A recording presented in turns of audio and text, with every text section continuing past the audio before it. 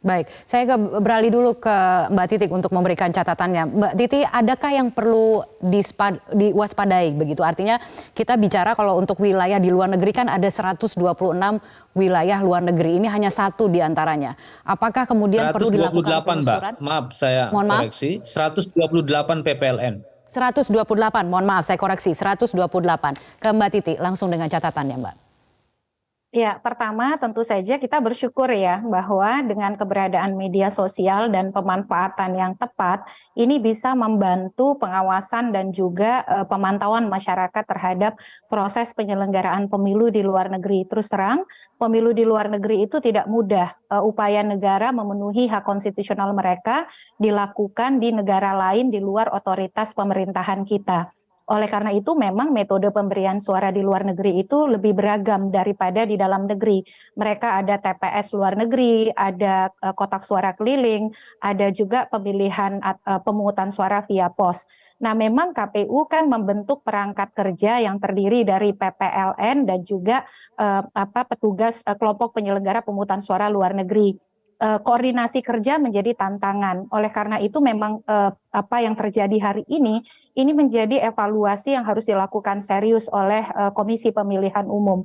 Karena kenapa? Karena pemilu di luar negeri itu berjalan lebih dahulu daripada di dalam negeri. Dia akan bisa jadi menjadi trendsetter dan juga indikator dalam kesiapan penyelenggaraan pemilu.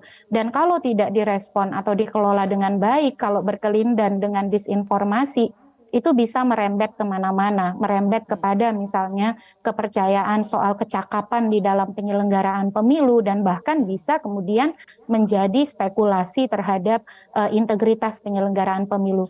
Nah, dalam konteks ini saya kira evaluasinya ada dua. Yang pertama adalah evaluasi dari jajaran KPU sendiri.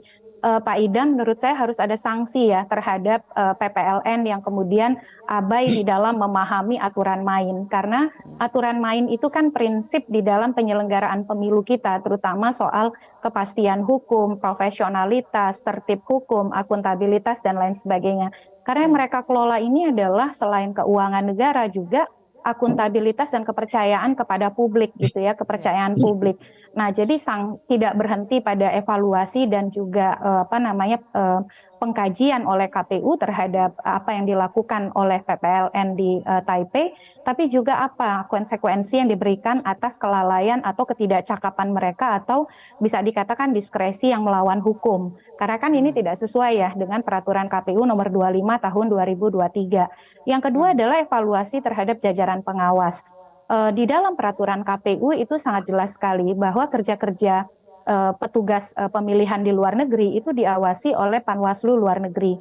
Mengapa kemudian distribusi logistik bisa berjalan di luar kerangka waktu antara 2 sampai 11 Januari yang beredar di media ini kan 18 dan 25 Desember ya Pak Idam ya. Apakah ini murni karena tidak ada pengawasan dari Panwaslu luar negeri ataukah misalnya juga Panwaslu luar negerinya tidak punya pemahaman yang sama baiknya begitu ya, ataukah jangan-jangan tidak ada akses. Nah ini saya kira juga konfirmasi itu harus diberikan oleh jajaran Bawaslu. Nah yang terakhir memang harus ada setelah dilakukan evaluasi sinergitas, kolaborasi dan kerja bersama ya di antara 3 pilar di luar negeri. Pertama itu adalah KPU, yang kedua Bawaslu, dan yang ketiga perwakilan pemerintah Republik Indonesia di luar negeri. Karena mengurus pemilu di luar negeri itu tidak mudah, tetapi dari pemilu ke pemilu mestinya kita makin lebih baik ya.